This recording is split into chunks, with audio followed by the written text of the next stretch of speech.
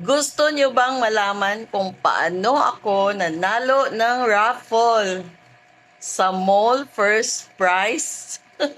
Paano ko yun na-attract? But before that, paki-follow po sa profile ko dyan sa baba, Hanilina Sataya. At saka sa page ko, HNY Vlogs. And paki-heart po and share sa mga contents ko. Maraming salamat sa suporta nyo at sa love nyo sa akin. So, ito po yung nangyari. Last 2014, nanalo po ako ng first prize sa isang mall raffle. As in, it was truly an amazing experience na hindi ko makakalimutan yung adrenaline. As in, I can really say I'm super blessed and favored na, alam mo, sa dami-daming tickets doon sa Tambiolo, sa dami-daming pangalan, ako pa yung nakuha. It's really an amazing experience, as in, incredible. So, ganito po yung nangyari. One time, pumasok ako sa mall kasi ihing-ihi ako. Doon ako CR, social.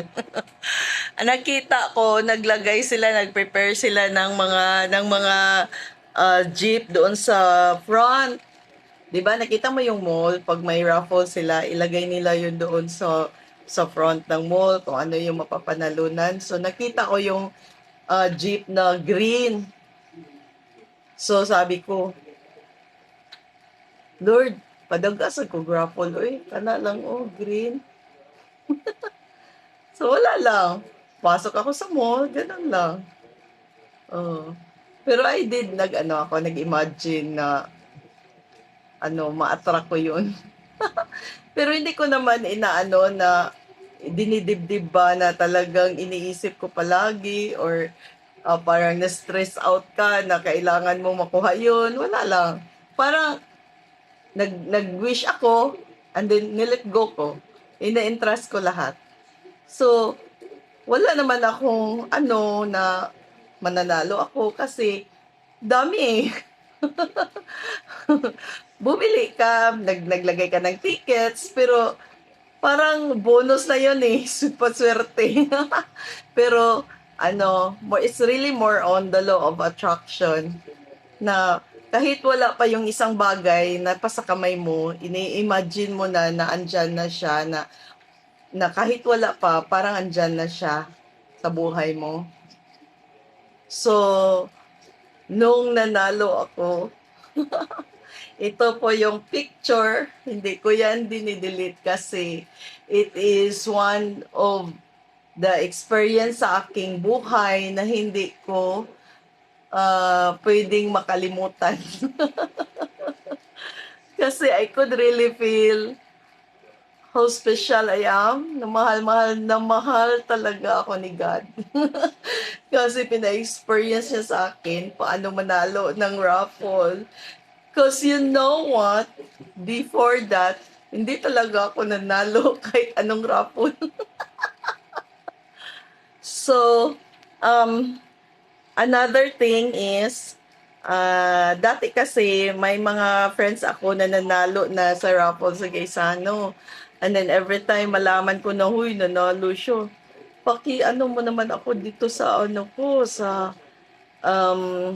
ba yung Abaga? Para ako naman yung next na manalo. At hindi ko lang talaga ma-imagine na first prize pa yung napanalunan ko. Oo, ganon. Another way of attracting the law of attraction is yung ginawa ko sa cover photo ko.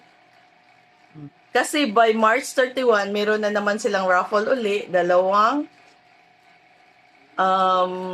pick up. No, nasa sa profile ko. So yan isa sa gawin mo, mag selfie doon sa gusto mo na bagay. na gusto mong panalunan at gusto mong makuha sa buhay mo. 'Di ba?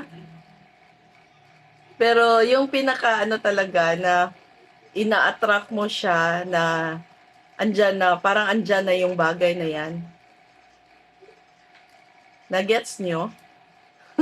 Na kahit wala pa yung bagay na pinapangarap mo, parang andyan na siya ba? Parang hindi mo na ano na maano yung real thing kasi andyan na siya. Parang real na siya sa pangarap mo, sa dreams mo, sa mind mo. Giniklaim mo na siya. So, nag-imagine ka na nag-drive ka, na sumasakay ka doon, gano'n, nag-receive ka, kinocongratulate ka. Yun lang. It was really an amazing experience and my picture is a proof na talagang nangyari yun sa akin. Thank you for watching and please share my video. I love you all. Thank you. It's me, Madam Kudkud. Wow.